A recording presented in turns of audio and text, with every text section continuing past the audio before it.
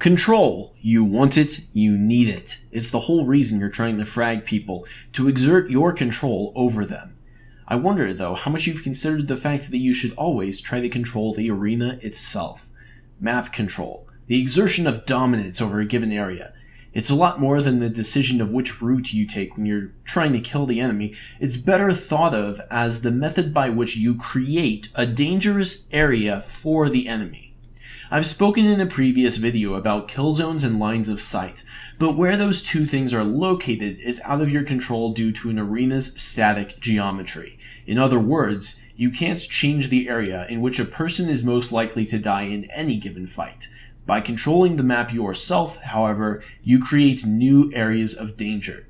Let's use an example. Say you're on, Knox Museum, and you've been alerted to enemy presence on C Point. You immediately take stock of the area, ensure there are no immediate threats, and take to checking the entrances to the area.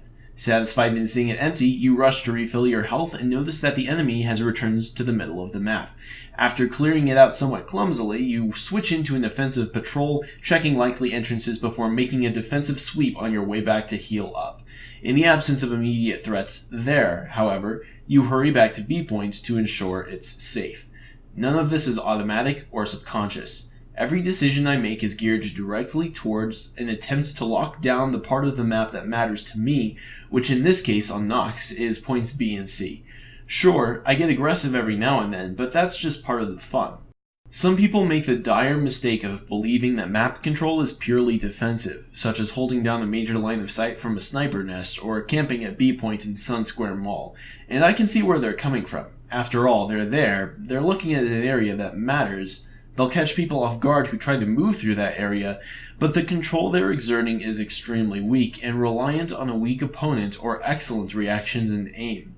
Even in the latter instance, they're wasting their destructive potential. It's bad gameplay. Let me repeat, bad. And if it works, all that means is that the other team was even worse. Think of every player as a tarp of death, a big, ugly tarp, covering every part of the map that's within that player's effective kill range and line of fire. Your tarp is obviously going to threaten more people if that tarp covers a wider area. You don't necessarily want to be out in the open where your tarp is so huge and unmanageable that someone else with a more direct tarp slaps you first, but you do want to understand the potential coverage that your tarp possesses.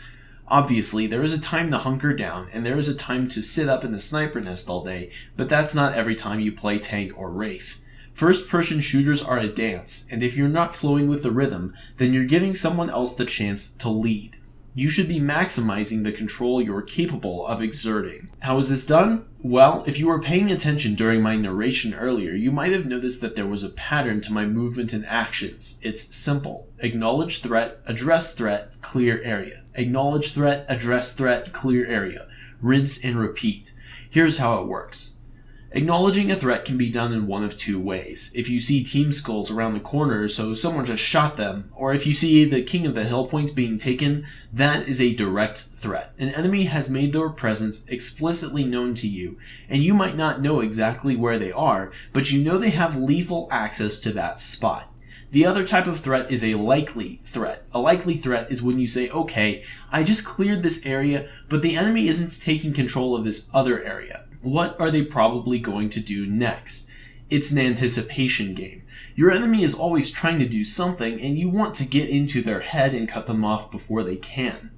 Addressing a threat is a matter of offering yourself up to solve the problem that your team is facing. That is, maneuvering to a position from which you can clear the area. If the biggest threat at the moment is a likely threat, which can and will often happen, then you do as I did. You approach the area under likely threat and you check entrances. You try to figure out where the enemy is coming from and stop them before they even get there. Interruptions in a player's path are far more deadly in general than predictable assaults, and so you want to take advantage of the fact that the enemy isn't yet in position. Clearing the area is effectively killing everyone. You get in position, you bitch slap the enemy team and tell them to try again after they've respawned. From there, though, you immediately repeat the process and go back to acknowledging threats. Where are you needed? Where might you be needed? In TDM and worse, free-for-all, your thinking has to be a little different. Likely threats suddenly become nearly inevitable threats. The freedom of movement and aim due to a lack of objective-based focal points means that any plain old route can hold an enemy. The logically ideal position to take in this circumstance is that of an aggressive guard. You want to absolutely claim as much of the map as you can, and you do that by forming a one-man wall that stretches from here to there, so that when someone tries to breach that wall, you plug him good. Be a castle that the enemy must lay siege upon in order to get access to the rest of the map. This works especially well in Overhead, which might be my favorite map for this reason. How are you going to set up your wall, though? First, you want to understand the area you are trying to control. This area is going to change based on how well your team stacks up against the other team, of course, but with time, you'll find yourself gravitating towards the same areas because you start finding success there. Second, you'll want a loadout that is optimized for controlling that area and being that wall. Use your 2 weapon slots to cover all necessary ranges and assume the worst, or best if you think like me. Assume that you're going to be putting yourself in a target-rich environment that will allow you to score all those juicy kills in rapid succession. Thirdly, and this is the hardest part, develop the raw skill to hold that wall for longer periods of time and accrue more kills before you finally get put down. I've been that wall many times in my brief period of playing Ballistic Overkill, and I expect to build myself with progressively harder stuff as I continue. But I'm equally as interested in seeing how well you pick up on these ideas. To step away from the topic at hand, nothing matters more to me than people engaging with me and my content and telling me when they find it useful. As well, I would appreciate criticism. Tell me if you think I've misspoken or if I could be doing something better, because I'm not going to put ads on these videos. I'm doing this for you guys.